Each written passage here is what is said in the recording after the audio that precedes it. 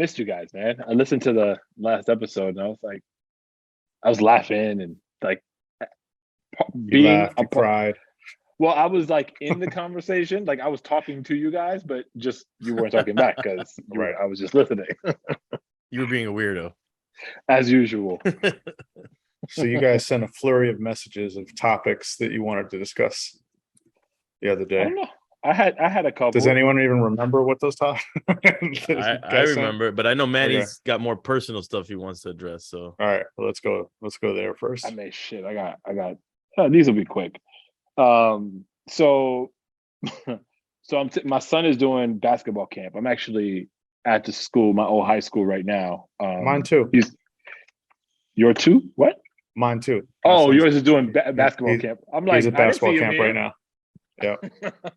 So he's been doing it for two full weeks. The first week we did a little bit only because of me getting COVID, and we just pulled them until I cleared out of COVID. But Hey, real quick, So- let yeah. me ask you this: the basketball camp, is it like hardcore basketball camp, or is it like they play fun games mixed in? Because my son had done that in the past, where it's like, they try to take it easy a little bit, and then we put him into this basketball camp this week. It was one that we hadn't tried before, and it was long. It was like 9 to 4 in the afternoon.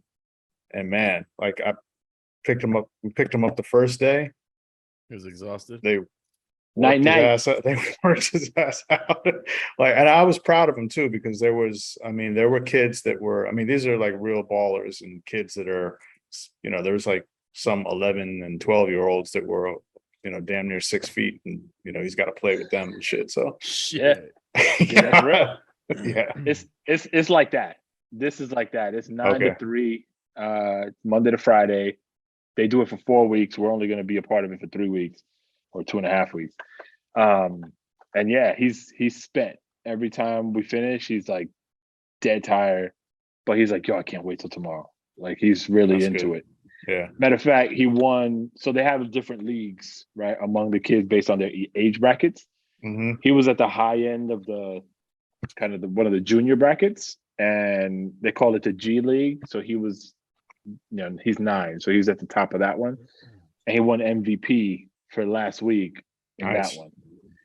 And so they bumped him this week up to what they call NCAA, which now the range is like from like 9 to 13. So he's at the bottom of the totem pole now, but he's doing well. Like he's enjoying the competition, and he's contributing and doing all sorts of stuff. So it's really cool. So it's in the Bronx. So I'm commuting like almost an hour each way from where I live to take him every day and bring him back. And so it's a commitment, like it's it's taxing, but he likes it so much. And for me, the whole purpose of bringing him that far, so it's in the Bronx, and I live upstate a little bit. So for him to come and be exposed to just a different set of kids, because and you got your shit like, oh, the Bronx tough, la la. Okay, maybe there is some of that, but it's not so much that. It's more just he's accustomed to playing with his circle of friends primarily. Everyone's a winner.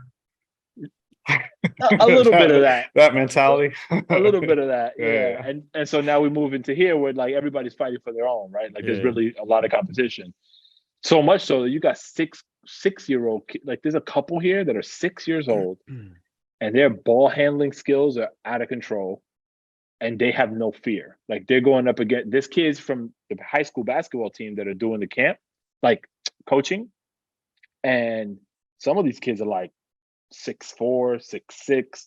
These little kids don't care. Like they're going at these dudes like if they were fighting for their lives. So I like that environment for him, because my son, last year when he was playing, you nudge him and he would fall to the ground and start crying. Yeah. And it would piss me off. But then after a while, I caught myself. I was like, I can't start wilding out. He's still a kid.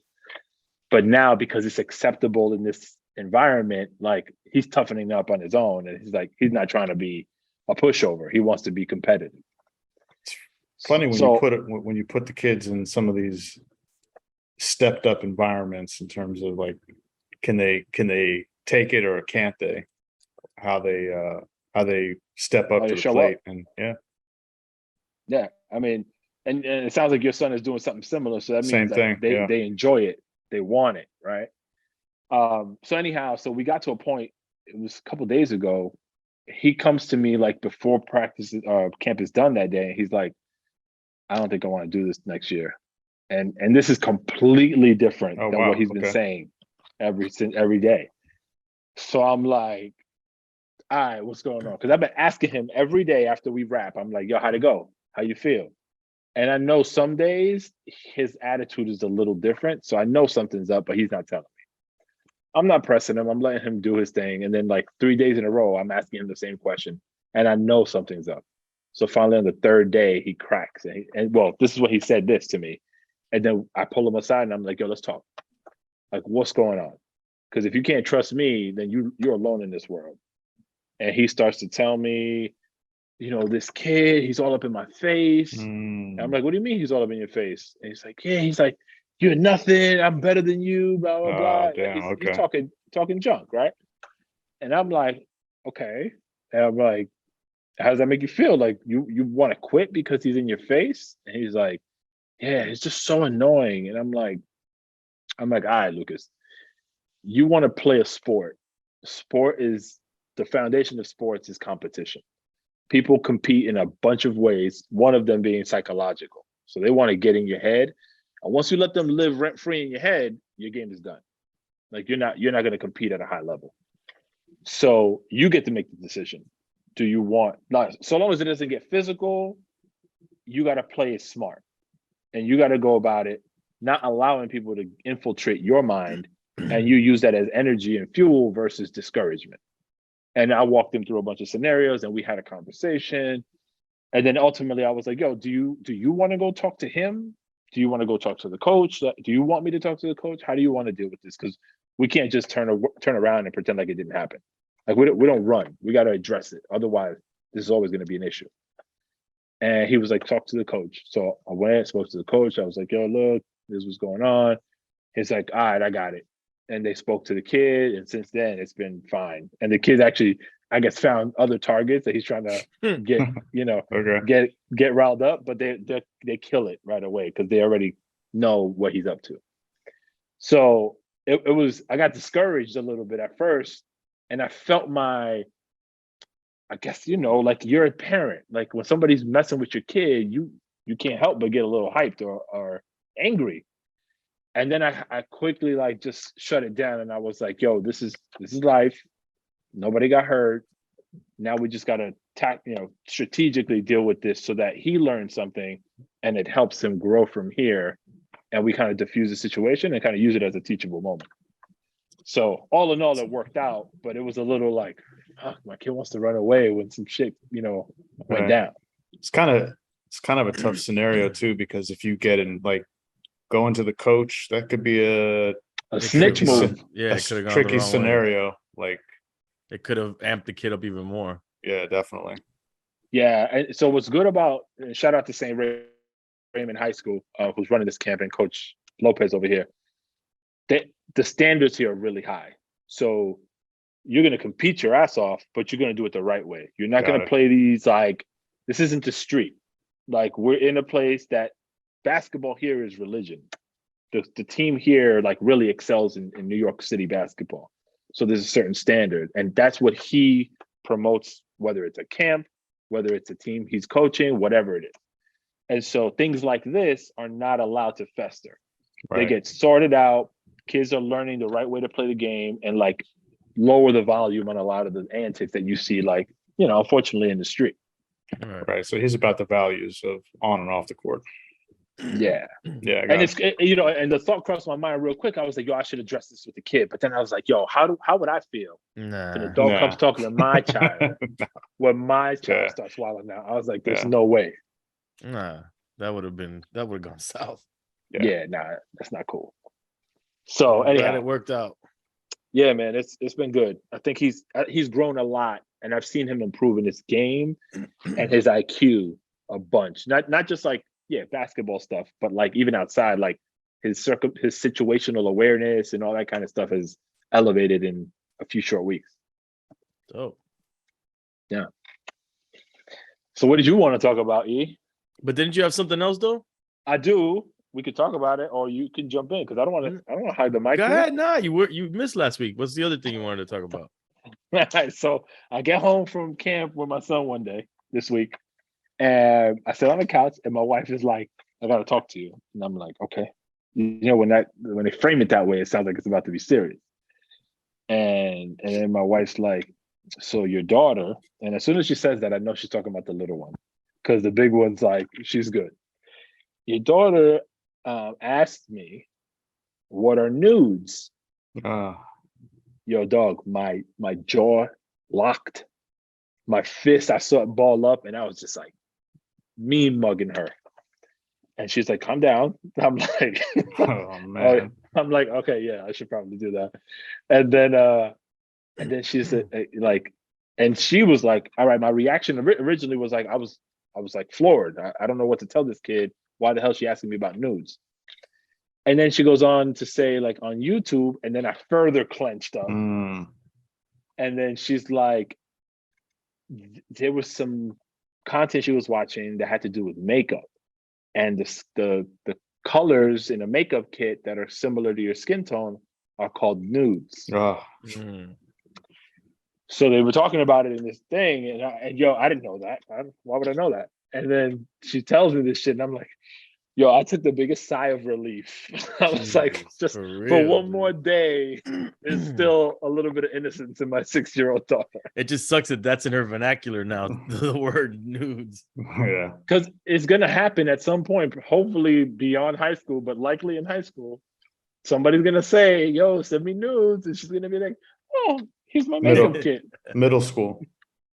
No, it's gay. Not middle school. Middle school. Nah, I know. My son be saying all sorts of wild shit behind my back. Middle school, come on. We all remember middle school. I remember middle school was wild. I think it might have even been more wild than high school to an extent because of the age. I know. I went through it too. It's nothing's too much different. But Yeah, you want to think like it'll change. The shit that I've heard from like friends that have kids in middle school right now, it's terrifying. What's the worst thing you heard? Specifically, I don't remember. It's just it all is that though, like, you know, the language, the, you know, Sexually all the explicit stuff. all that stuff, like even just like the potential for violence and shit like that, like, yeah, all of that, man. Yeah, was crazy. And yeah. But let me ask you this: the people that are telling you this, are they in public school or in private middle school? Public. See, that's where I start to say, I've always said, I want to make sure my kids go to public school, but then I've started to say, well, maybe I don't know if I want that. I went to both. I don't remember my public school time, but I could tell you, and when it got to high school, private school had a little bit of public school edge. Like there was, you know, the discipline and the uniformity of how you dress and all that stuff. But yeah, I think you can't run away from. Yeah, you can't run away from social attitudes, right? From no matter where you are. But I think but I also think like on the public side, just because of the sheer amount of people and kids that are around, it's just tougher to step away from nonsense sometimes.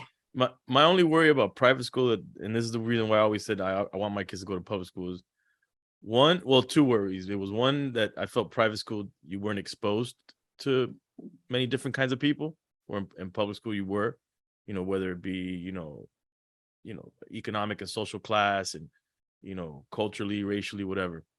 Then also it was always a thing to say that, you know, the girls that went to private school, they were the wildest because they were so restricted. And, you know, saying that when when these private school kids got out into the world, they went a little bit extra than the public school kids because they felt, you know, that they were being contained so much. Yeah, I think. What do you guys think about that? I don't know. I think it just depends on the school, because not all private schools are going to be like restricting and containing people. I think it more also depends on like the school and more about what they're teaching kids, like what their, I don't know what you call it, their ethos or whatever, you know. I think if it's a co-ed private school, probably less of that I think restriction. no.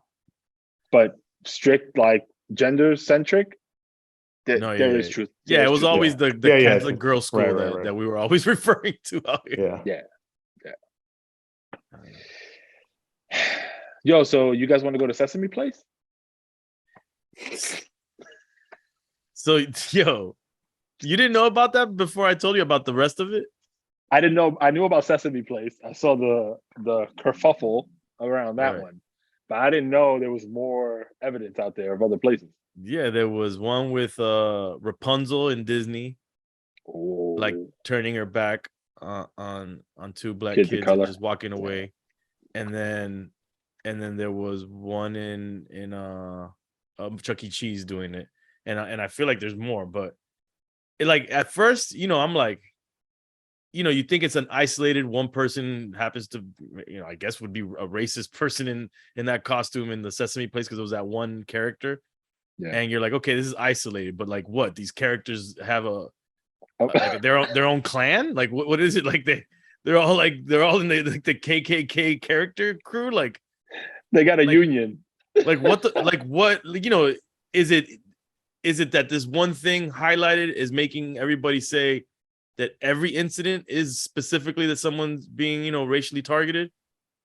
Or could it be that sometimes these people genuinely just don't see the kids? I think it's probably a combo of because there's people in the costume, so it's whatever, you know, if they're racist or whatever the motivation is, I think some of it's there.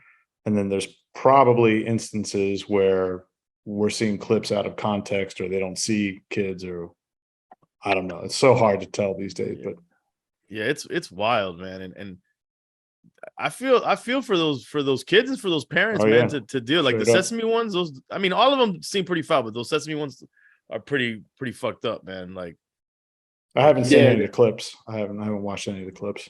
Oh man, somebody did a pretty good breakdown. I feel like they were a comedian. I can't remember. I got to look it up. But that's the one that I was like, at first when I first heard about it, I was like, maybe they really didn't see, because that's a reasonable thing to think.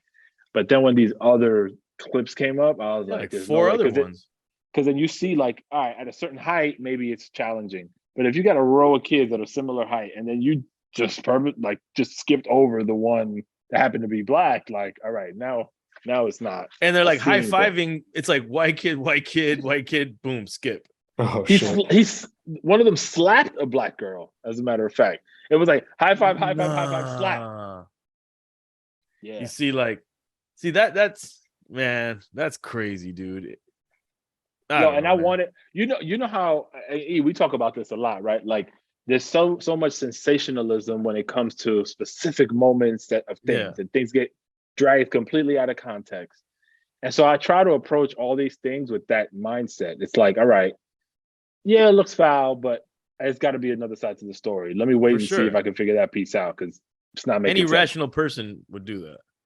There's not a lot of rational people, because social media is instant, and it's like, oh yeah, opinion. Yeah, done.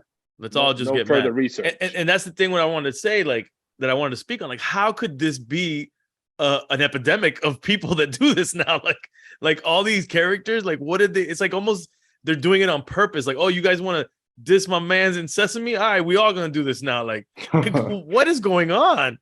And it's like, at the end of the day, it's like, kids, like, yo, this is crazy to me. It probably happens all the time, and it probably has always happened all the time, just depending on who's in the costume. But then you see one example of it that gets highlighted in social media, and then all of a sudden, you know, then because it's a thing that people are paying attention to, then, you know, you get more that come out at that point. Like, it had me thinking about my daughter, like, because I do remember one time with Chuck E. Cheese that it felt like he slighted my daughter. Oh shit. And I didn't think anything of it, you know. And then but then the next time it was fine, and the next time after that it was fine. So now I'm like, it's got me thinking, you know. But it's generally like subtle things. That's why it's easy for one to be like, give it the benefit of the doubt and keep it pushing. But I don't know, man. Or like it also could be, is it just an asshole? Maybe it's not a racist, or maybe are they all racist assholes, or is it just some racists, some assholes? You know, like what kind of asshole would actually put on a thing and work at a place with kids? Like what kind of dick would be a dick in that environment? Probably a lot. Probably a lot. A lot. A lot.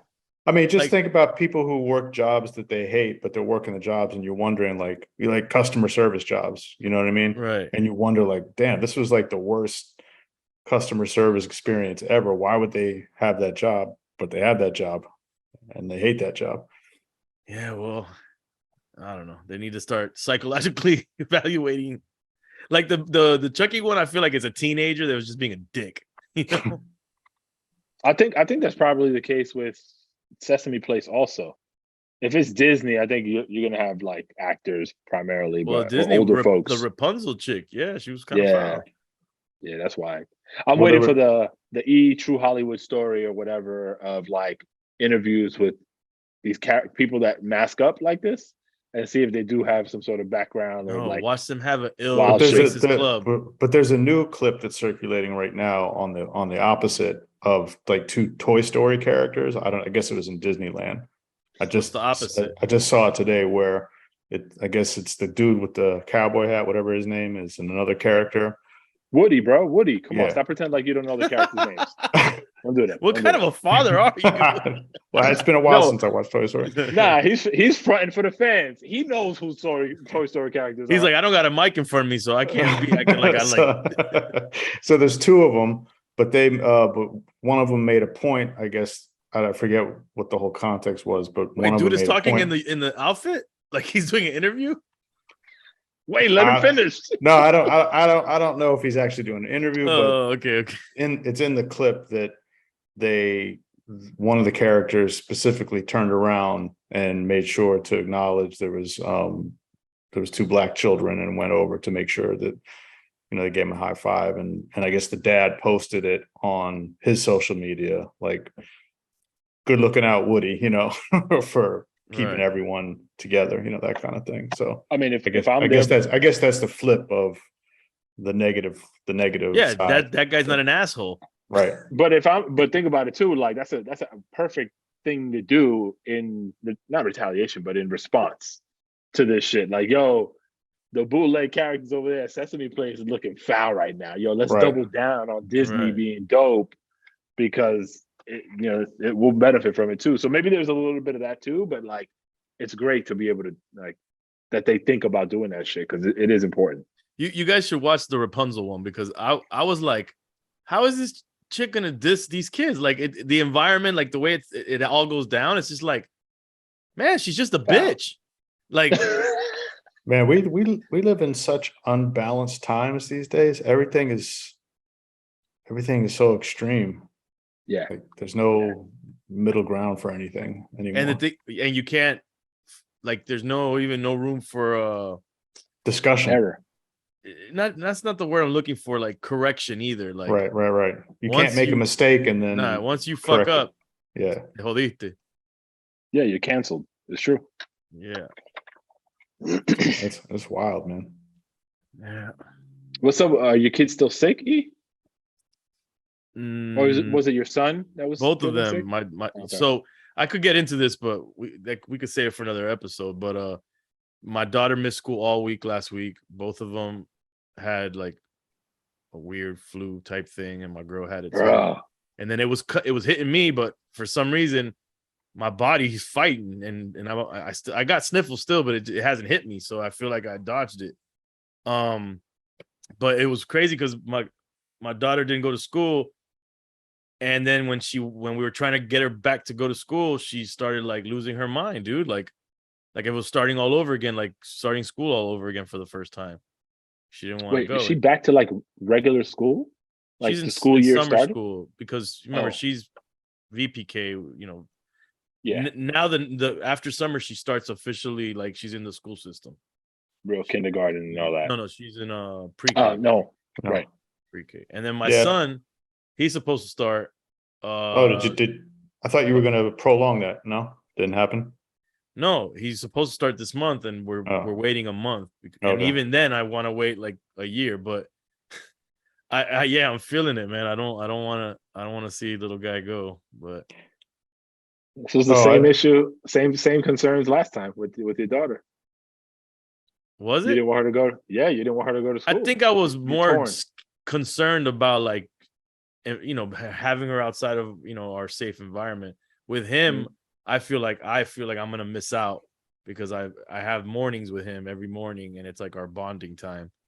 Mm. And I feel like I'm gonna miss that, and that's it. Once he goes, that's it. They both went, and that period of my life with these little kids is over. you got early empty nest syndrome. I do.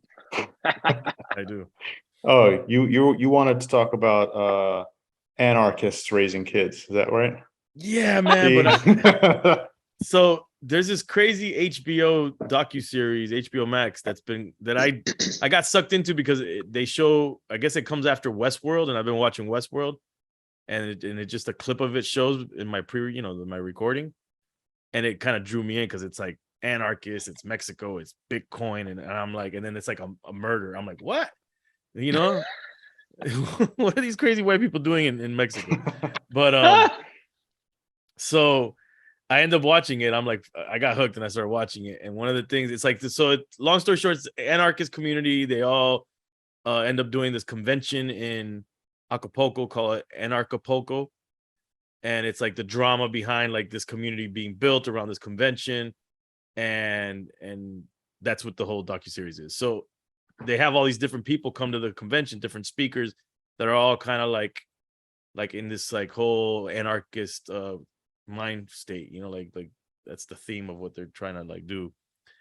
And so one of the things that one of the families that moves to Mexico, the guy brings his kids. He's like all about like, like I don't want my kids to be raised by the state, and like, fuck that, and my kids can curse, and my kids could do this, and whatever. It's a little weird, but they have a lady come in who she teaches this whole thing about. And that's the thing, I wanted to know the name of what she teaches, but it's like a unschooling, maybe, I think is what they Oh call it. yeah, unschool, where there's no rules. You basically, it's kind of free reign. It's kind of like the kid finds what they're into, and you let them just do that Yeah. until they don't want to do that anymore, and then they can go into whatever the next thing they're into, and that's kind of like how you school them. But So I like was. it could be video games. Like I just want to play video games on my iPad. They would I mean, allow that. I would imagine that's. I mean, but if you're an anarchist, you're like, yeah, fuck yeah. But Yeah, then, yeah. the video games is programming you. So isn't that like, I don't know? I'm telling you, this shit is Anti. wild. But watching this shit made me question, because they're like, they call people that are live within the confines of normal society statist. You're a statist, right? And so it's like a bad, like a negative thing. You're a fucking statist. Right. And I'm not gonna lie, watching these people, and they look pretty fucking normal, and their kids look pretty all right. I'm like, man, are we fucking statist? Are we like just sheeps and lamb being led to the slaughter? Like, are we just? I mean, we are. We're all just in this programmed world being programmed. And don't let me tell you this other shit I'm watching on. I've been going down the YouTube fucking wormhole about parallel universes and all this other crazy shit. But yeah, I just thought it was pretty wild, that whole anarchist way of approaching kids and raising kids. What was the name of the show? Do you remember the title? The show's called The Anarchists. The Anarchist. Okay. Yeah. All right, check that out. Pretty crazy. Pretty wild. The Bitcoin part is what pulled me in, because kind of into that stuff. So it starts in 2015, and then they show you like when the dip happens in crypto, and all these people, they were like going, yay, and then no, shit wasn't good. It's crazy. And then cartels and Acapulco, not fucking with them, like all kinds of crazy shit. That's wild. Crazy gringos. But but yeah, anarchists raising kids. Okay. It's beautiful. Are we raising our kids to be anarchists? Sheep? No, sheep. Hell yeah. Sheep. All day. Did we just give birth to more digits in the matrix? I don't know. I'll let you know when I get to my parallel universe. No, I don't want my kid to be a sheep, but I mean, no, obviously, but like, see, I'm all about middle ground on this stuff, because it's like, even like when we talk about to my son rules and stuff like that, like we try to get across to him, like, look, there's some rules that you want to follow just because it's gonna, it'll get you from point A to point B. But then you also have to know that there's some rules you're gonna need to break. Not every law is a good law. You know what I mean? So it's like, and this whole conversation came up a long time ago when he started first getting into learning about Dr. King and learning about civil rights. And it's like, look, there were laws and rules some years ago. Doesn't mean they were good laws and rules, because it created a lot of fucked up scenarios, and you need people to And be able to oppression. stand. Yeah, and you need to be able to stand up and know what a bad law is, in order to change things. So it's confusing for kids, but it's also like you can't just say, you can't bow down to everything and say yes to everything just because it's a law. I mean, even in school, like your teacher tells you to do something, like it's a fine line, right? Or it's a fine line of, well, just because this person who's in authority tells you to do something, is that really the right thing to do? So what you're saying is don't pay taxes. Right. My teenager asks me stuff like that all the time. Like I'll she's understanding like the rules of the road because she's getting ready to like start learning how to drive, and like I'll do a U-turn in the middle of the street or something where you're not supposed to cross the double yellow line or something like that, and then she'll look at me like, you just broke the law. And I'm like, well, yeah, but here it's circumstantial. It's technically wrong. If I get caught, they're gonna give me probably some shit, but it's not as serious as like me killing somebody, which is also like a law. Jeez, So like, you went from 0 to 100. well, Nuances. I gotta do that with her so she can like, okay. But it's constantly a question, and it's something that it's a challenge for me to like explain, because I do want them to obey the right laws, because I think for society to move forward and progress, like we all have to have some uniformity when it comes to like things that we believe are right and wrong, and then the penalties associated with that. But there's a lot of, like you said, a lot of bad laws, a lot of stupid laws, a lot of vaguely defined laws that put you in like this mode where you're in a box and you really shouldn't be. So it's like you got to do, sometimes you got to do the wrong things for the right reason. Let me ask you guys this question. How do you guys feel about your kids and patriotism? Someone asked me about that a couple of weeks ago. They're from Canada and Uruguay, their families, right, collectively. And they were like, is your kid patriotic? Because they're patriotic for their countries, but they live in the States, but they have that patriotism to this country or the other countries. To the other countries, right? Okay. Yeah, but they live in the States, but they still rep their countries and have that country patriotism. And that way, yeah, I don't, my kid, we haven't really instilled that. Not that we haven't instilled anything like, oh well, America sucks or anything like that, because it's there's a lot of great things about where we live, but we also haven't instilled like chest thumping about it either. Yeah, that feels. Go ahead, man. What were you gonna say? No, I was gonna say, like, we in our house, we do tend to, I guess, focus on our heritage more than domestic, like rah-rah. But we're raising our kids to have a deep respect for this country, right? Because to Kay's point, I think we have a lot of advantages living in this country, even though people like us in my family like get treated like shit sometimes.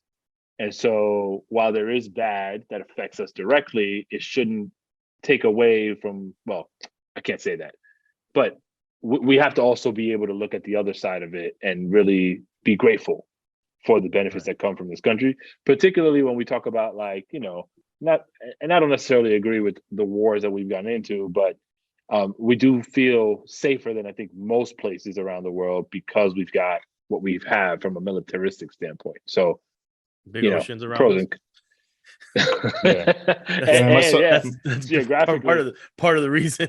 I mean, my son probably has more of the rah-rah feeling, like as you said, from a heritage standpoint, from like my wife's side of the family, from Latino side, where he's from there.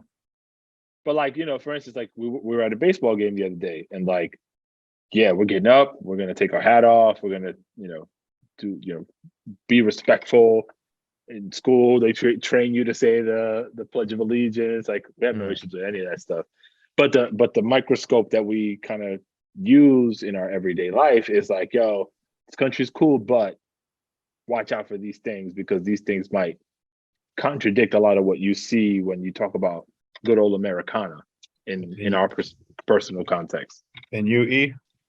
I mean, you probably have a little bit of a difference because of, I'm assuming you probably have some kind of patriotism via like your dad's service back in the day and stuff like that. Yeah, and right? then just being raised, Cuban American in Miami, and just they raise you very pro-American, very patriotic, grateful that we were able to come to this country.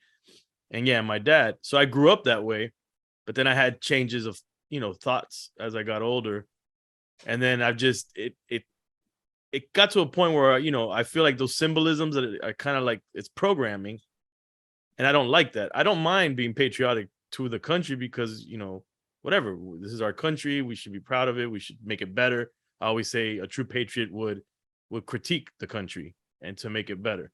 Right. But the other day during 4th of July, I'm with the family, and we were at a spot where they were doing fireworks and stuff, and they had a band, and they started doing the Star Spangled Banner, and everybody gets up and takes off the hats and all that stuff. Everybody gets really serious.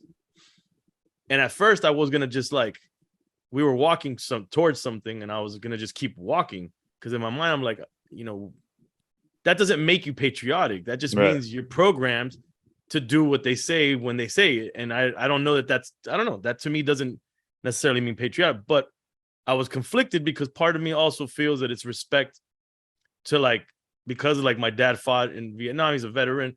I feel like it's respect to veterans who fight for these ideals, whether we agree with our government or not, but it's not their fault. It's, these veterans and the people that go to war. So I stopped the kids, and we paid our respect by standing through the whole thing.